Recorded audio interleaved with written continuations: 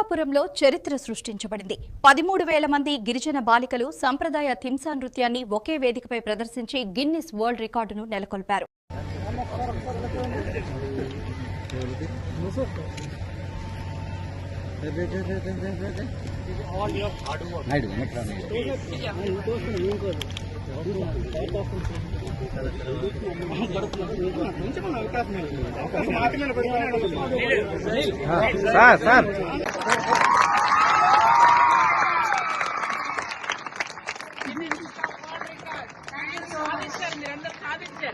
మీరంతా సాధించారు.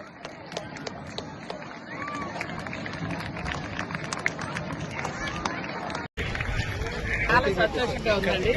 ఎందుకంటే ఈ వరల్డ్ రికార్డు కోసం ఇక్కడ ఉన్నటువంటి అఫీషియల్స్ కానీ మేము కానీ మా అందరికంటే 13,000 మంది మా బిడ్డలు ఎంత కష్టపడ్డారు అంటే 1 వీక్ క్రమశిక్షణతో చక్కగా నేర్చుకొని అందరూ చక్కగా అంటే వాళ్ళందరూ అందరూ చంద్రబాబు నాయుడు గారు ఖచ్చితంగా ఒక వరల్డ్ రికార్డ్ తీసుకురావాలన్న ఉద్దేశంతో దింసా నృత్యంతో ప్రధానమంత్రి గారికి స్వాగతం పలకాలనుకున్నారు. ఈరోజు అది నిజమైంది. మాకు రేపు అందరూ కూడా ఇదే డ్రెస్తో ప్రధానమంత్రి గారికి ముఖ్యమంత్రి గారికి స్వాగతం పలుకుతారు. చాలా సంతోషంగా ఉంది.